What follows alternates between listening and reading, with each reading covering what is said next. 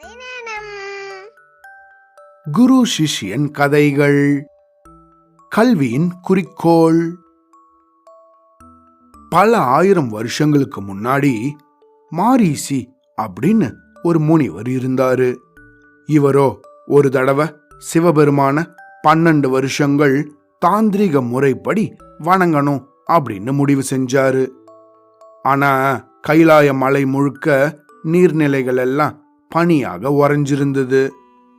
இப்படி தாந்திரீக முறைப்படி குளிச்சு ஈர துணியோட வழிபடணும் அப்படிங்கிற நியதி இருக்கிறதால இந்த மாரீசி முனிவரால சிவபெருமான வணங்க முடியல.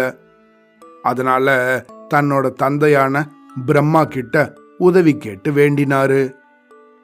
பிரம்மாவும் கைலாச மலையில இருக்கிற பனிக்கட்டிகளை உருக செஞ்சு அதுல இருந்து மானசரோவர் அப்படிங்கிற ஏரிய உருவாக்கி தந்தாரு. இந்த மானசரோவர் ஏரி தான் உலகத்திலேயே மிக உயரத்துல இருக்கிற நன்னீர் ஏரி. இப்படி இந்த மாரீசி முனிவர்கிட்ட சில சீடர்களும் இருந்தாங்க. ஒரு தடவை அவர்கிட்ட பயின்ற 3 சீடர்கள் பல வருஷம் தங்களுடைய பாடங்களை எல்லாம் கட்டுறதுக்கு அப்புறமா திடீர்னு ஒரு நாள் இந்த முனிவரோ இந்த சீடர்களை பார்த்து, இந்த பாருங்க, உங்களோட கல்வி இன்னையோட முடிஞ்சிடுச்சு, நீங்கெல்லாம் வீட்டுக்கு போகலாம் அப்படின்னு சொன்னாரு. இந்த சீடர்களும், ஆஹா, ஏன் நம்மளோட குரு இப்படி சொல்றாரு? நம்மளை பரீட்சிச்சு பார்க்கவும் இல்லை, எந்த விதத்திலையும் நம்மளோட திறமைய சோதிக்கவும் இல்லை, அப்புறம் எப்படி நம்மளோட கல்வி முடிஞ்சிடுச்சு அப்படின்னு குரு சொல்றாரு அப்படின்னு தங்களோட மனசுல நினைச்சுக்கிட்டு இருந்தாங்க.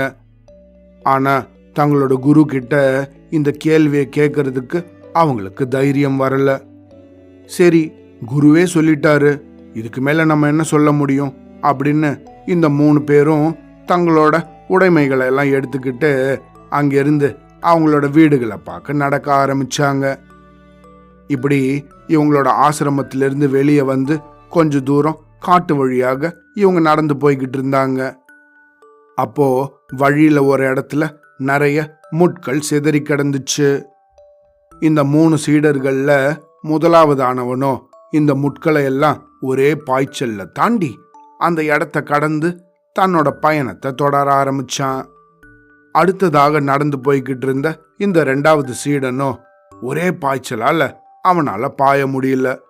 அதனால இந்த முட்களுக்கு நடுவே கால் வைக்கிற அளவுக்கு இந்த முள்ளை நவுத்தி விட்டுட்டு மெல்ல அந்த இடத்து வழியாக நடந்து அதை கடந்து போனான்.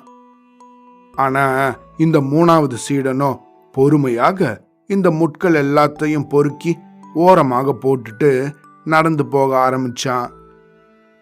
இப்படி இந்த 3 சீடர்களும் நடந்து போய்கிட்டு இருந்தபோது அவங்களுக்கு பின்னாடியே வந்த இந்த குரு இது எல்லாத்தையும் கவனிச்சுக்கிட்டு இருந்தாரு. அந்த 3வது சீடன் கிட்ட, மகனே நில், கல்வியோட முக்கிய குறிக்கோளே மற்றவங்களோட துன்பத்தை தொடச்சு வழி காணுறது தான். அதனால அந்த குறிக்கோளை உணர்ந்த நீ என்கிட்ட கத்துக்க வேண்டிய எல்லா பாடத்தையும் கத்து முடிச்சுக்கிட்ட. இனிமேல் நீ கத்துக்க வேண்டியது உன்னோட சுய அனுபவத்தால தான் அப்படின்னு சொல்லி அவனை மட்டும் அனுப்பிட்டு மற்ற 2 பேரையும் பார்த்து, ஆனா நீங்க 2 பேரோ உங்களோட பாடத்தை இன்னும் முழுசா கத்து முடிச்சுக்கல, அதனால நீங்க 2 பேரும் ஆசிரமத்தை பார்க்க நடந்து போங்க அப்படின்னு சொல்லி இந்த 3வது சீடனை வாழ்த்தி ஆசீர்வதிச்சு அனுப்பி வச்சாரு. அவ்வளோதான்.